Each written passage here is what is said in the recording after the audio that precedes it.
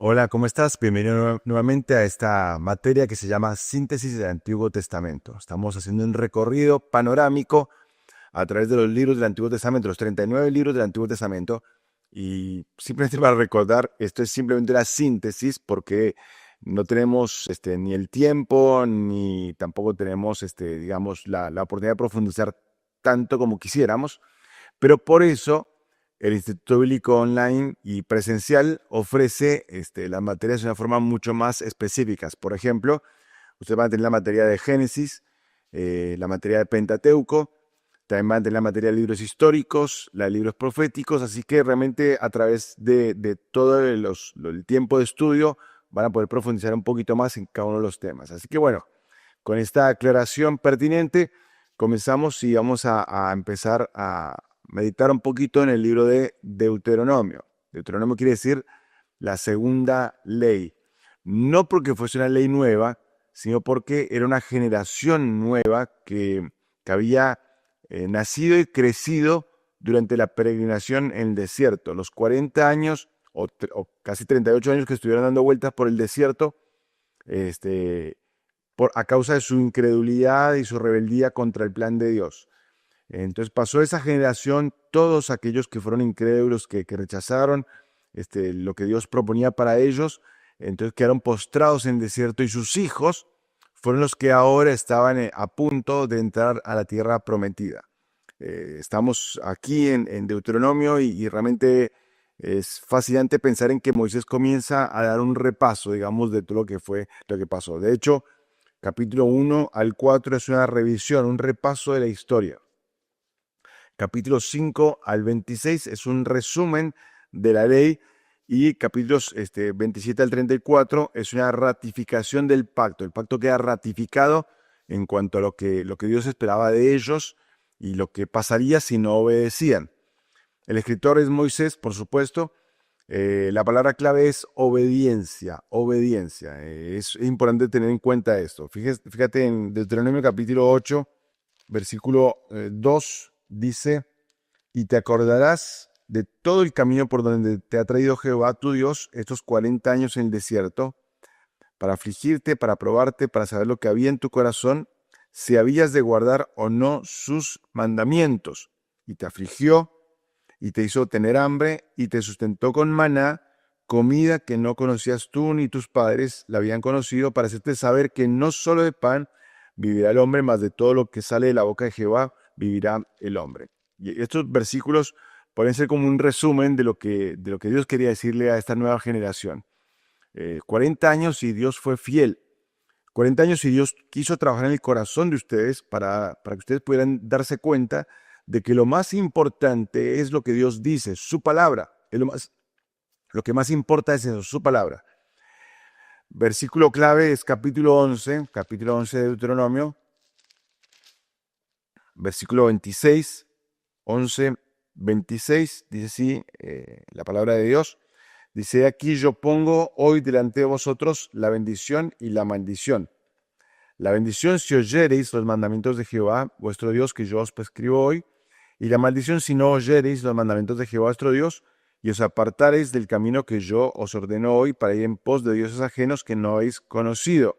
Entonces ahí está, versículo clave, ¿no? Y 28 dice, bueno, ya le dimos el 28, dice 29, y cuando Jehová tu Dios te haya introducido en la tierra a la cual vas para tomarla, pondrás la bendición sobre el monte Gerizim y la maldición sobre el monte Ebal. Y ahí vemos cómo Dios estaba poniendo un límite, es decir, hay bendición en la obediencia. Alguien dijo así, dijo, el precio de la obediencia no es comparable con el precio de la desobediencia. A veces pensamos que cuesta obedecer y sí cuesta, pero va a costar mucho más si desobedecemos. Entonces, dicho esto, el mensaje de este libro es la bendición como una condición, la obediencia como una condición para la bendición.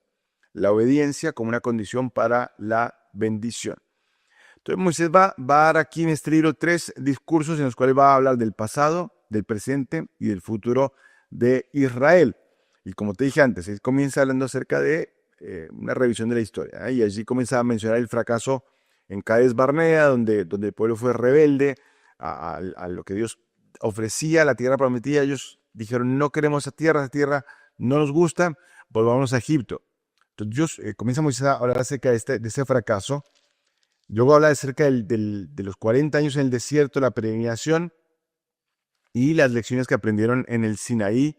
Y después hay un capítulo especial al final del capítulo 4 en el cual habla acerca de las ciudades de refugio, aquellas ciudades cuando había alguien que por accidente cometía un asesinato, entonces podía recurrir a esa ciudad de refugio donde allí podía estar seguro sin que fuese vengado por los familiares de la persona que había muerto, ¿no? Entonces allí estemos Deuteronomio, ¿no? Después, a partir del momento, comienza la parte del resumen de la ley en la cual se repasa tanto la ley moral del pueblo, la ley civil y la ley ceremonial. Entonces, allí encontramos en el capítulo 6 el famoso Shema de Israel. Es famoso porque realmente es una oración que es muy importante para el pueblo de Israel hasta el día de hoy. Capítulo 6, versículo 4 dice: Oye Israel, Jehová nuestro Dios, Jehová uno es. Es el Shema. ¿Por qué Shema? Porque la palabra oye es esa palabra en hebreo, Shema, que da la idea de atender, de poner mucha atención, de estar atentos. Oye Israel, Jehová nuestro Dios, Jehová uno es. Y allí marcaba justamente que era Israel era el pueblo de Dios, que Dios es el Dios verdadero y que Dios realmente estaba para su pueblo. Es el Shema. Ahora, interesante que después de dar el Shema, dice entonces qué espera Dios de ellos. Y de hecho, el Señor calificó lo siguiente que viene aquí en ese texto como el mandamiento más grande, el más importante. Dice el versículo 5, y amarás a Jehová tu Dios de todo tu corazón, de toda tu alma y con todas tus fuerzas. Ahí está, el Señor marcando lo que Él quería. Dios quería que el pueblo realmente amara a Dios. Esto es ratificado por el Señor. Cuando le preguntaron cuál es el más grande mandamiento, el Señor dijo estas mismas palabras. Usó mente también el Señor en el Evangelio de Mateo. ¿Y cuál es la idea de esto? La idea es que yo tengo que amar al Señor. Es mi devoción. En estos días estamos leyendo en Apocalipsis capítulo 2, cuando el Señor escribe a la iglesia en Éfeso, y allí hay unas palabras bastante interesantes, ¿no? Dice, conozco tus obras, conozco tu trabajo, conozco tu paciencia. Dice el versículo 4, dice, pero tengo contra ti que has dejado tu primer amor. El primer amor tiene que ser Dios. Dios tiene que ser nuestro primer amor. ¿Y cómo es de forma que tenemos que amar a Dios correctamente? Bueno, con todo el corazón, con mi interior, con mi consagración a Él. Mi consagración a Él. Tengo que consagrarme completamente a Él. Mi consagración. Con toda el alma, es decir, con mis sentimientos, con mi intelecto, mis emociones y mi voluntad. Tengo que amarle a Él. Y con todas mis fuerzas, es decir, con todo mi ser, tengo que amar al Señor.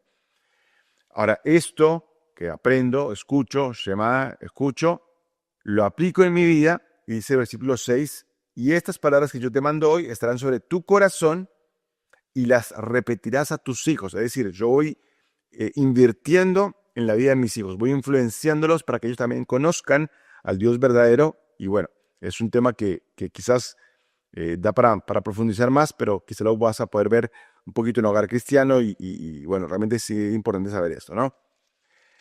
Bueno, en el capítulo 8 de Deuteronomio ya leímos un poco en cuanto a que el Señor le decía a ellos que los llevó por 40 años allí, los afligió, pero dice, los sustenté con maná. El Señor siempre fue fiel en su provisión a pesar de la rebeldía del pueblo.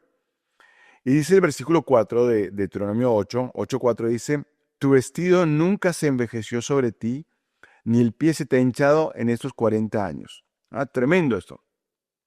Por 40 años Dios sustentó al pueblo con el maná del cielo, pero también de alguna manera milagrosa, a pesar de que estaban caminando por el desierto, dando vueltas, por 40 años su pie nunca se hinchó y su vestido nunca se envejeció. Es decir, que realmente era todo milagroso, era mostrando la fidelidad de Dios sobre la vida de su pueblo. Dios es tan fiel que a pesar de que muchas veces pasamos por el desierto, el Señor siempre nos sostiene con maná. El Señor siempre nos da lo que necesitamos.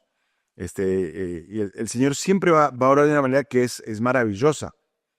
en Mateo capítulo 6, el Señor decía que la gente se preocupa por qué ha de comer o qué ha de vestir. Dice, pero ¿no se dan cuenta ustedes que realmente las aves no tienen por qué preocuparse? Los lirios no se preocupan por cómo vestirse porque realmente están vestidos de una forma maravillosa porque Dios los hizo así. Dijo, mas buscad primeramente el reino de Dios y su justicia, y todas estas cosas, la comida y el vestido, van a ir de parte de Dios. Eh, te lo digo como siendo testigo de esa realidad. ¿Sí? Me acuerdo hace unos años atrás, estábamos pasando por un momento muy difícil en casa en el cual estábamos muy, muy cortos de provisión. Y me acuerdo que un viernes mi esposa llegó y me dijo, a la tarde me dijo, mira, ya no queda nada en la alacena, ya no tenemos plata, no sabemos qué hacer. Yo estaba en ese momento mirando por la ventana hacia afuera y vi un grupo de aves que estaban allí comiendo algo del pasto. Y vino a mi mente ese versículo que decía que Dios tiene cuidado de las aves. Entonces le dije a mi esposa, bueno, si Dios cuida de las aves, también va a cuidar de nosotros. Oramos y al otro día alguien tocó la puerta y nos trajo provisiones de comida sin que supiera lo que estábamos pasando. Pero Dios sí sabía, Dios sí sabía. El Señor es fiel, mis queridos, el Señor es fiel y siempre va a mostrar su corazón a nosotros en medio de las pruebas, en medio del desierto. Él va a probarnos, a decirnos, mira, aquí estoy yo, te doy esto, lo que vos necesitas lo tengo para ti. Entonces, entendamos esas lecciones del desierto. Bueno, quizá vas a ver un poquito más de eso cuando estudies en cuanto al Pentateuco, pero bueno, es importante esto. Bueno, en ese resumen de la ley hay 613 mandamientos. 613 mandamientos. De ellos, 245 son positivos, es decir, harás esto, harás aquello, harás lo otro. Y el resto, 368, son negativos, es decir, no harás esto, no harás lo otro. Eran 613 mandamientos que estaban dispuestos para que el pueblo atendiese a estos mandamientos. El resumen son los 10 mandamientos, por supuesto, ese es el resumen de todo esto. Pero aún con el resumen, el pueblo tampoco jamás cumplió porque nadie, excepto Cristo, podía llegar a cumplir esos mandamientos. Era imposible. Entonces, ¿para qué estaban dados? Para que el pueblo se diera cuenta que realmente era imposible y que la gente se diera cuenta que por sus propios medios no se podía llegar a la perfección que Dios pide. Entonces necesitamos a un mediador, a un redentor que es Cristo. En Cristo se cumple todo esto. Bueno, bien, entonces después la ratificación del pacto y el tema de la obediencia como condición para la bendición. Si hay obediencia, va a haber bendición. Si hay desobediencia, va a haber maldición. Es clarísimo este concepto, ¿no? Pero bueno, con esto termina la parte del Pentateuco y realmente es la ley, ¿no? La ley dada para su pueblo, ¿no? La ley es solamente para judíos, realmente, pero en el nuevo pacto, que la gracia del Señor es realmente para todos, ¿sí? Para todos. El Señor dio su vida por todos y eso es importante recordarlo. La ley era realmente la sombra de lo que había de venir, pero la gracia es la sustancia. En la ley o bajo la ley era importante tener sacrificios animales. Bajo la gracia, Cristo es el sacrificio, es el sacrificio.